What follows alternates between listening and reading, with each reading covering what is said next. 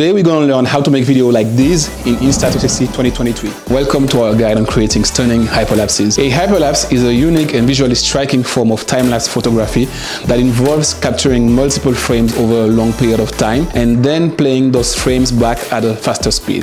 With the Insta360 X3, this process is dramatically sped up because you don't even have to capture multiple frames. You just have to press record.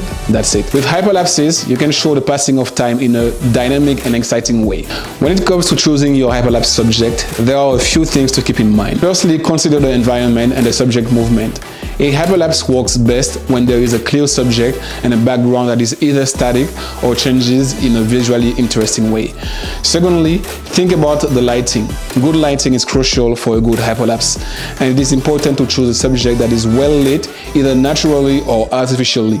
So whether you are an experienced photographer looking to add a new dimension to your work or a beginner looking to try something new, creating hyperlapses can definitely be a fun and rewarding experience. So grab your Insta360 X3 and let's get started.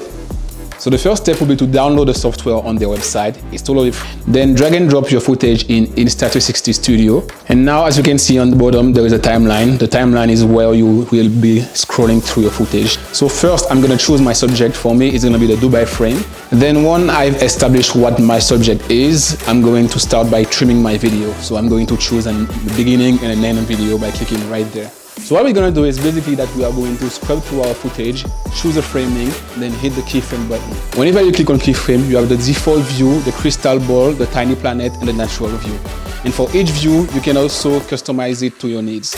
So I like to start my hyperlapses by putting my video as a tiny planet and rotate it a little bit. And I'm going to move forward in my timeline and choose another framing. This time, I'm going to put it in natural view. We are going to do that for every position in the video. Now that I'm satisfied with the keyframe, it's time to make the video play back a little bit faster. I think the sweet spot for me is the 16 time. To make your keyframes a little bit smoother, click on the line between two keyframes and you are going to have some options to choose the transition between two keyframes. What is amazing about this software is that if you are going to export your video for social media or for something like YouTube, all you have to do is click on the ratio button and you can choose a bunch of different ratios.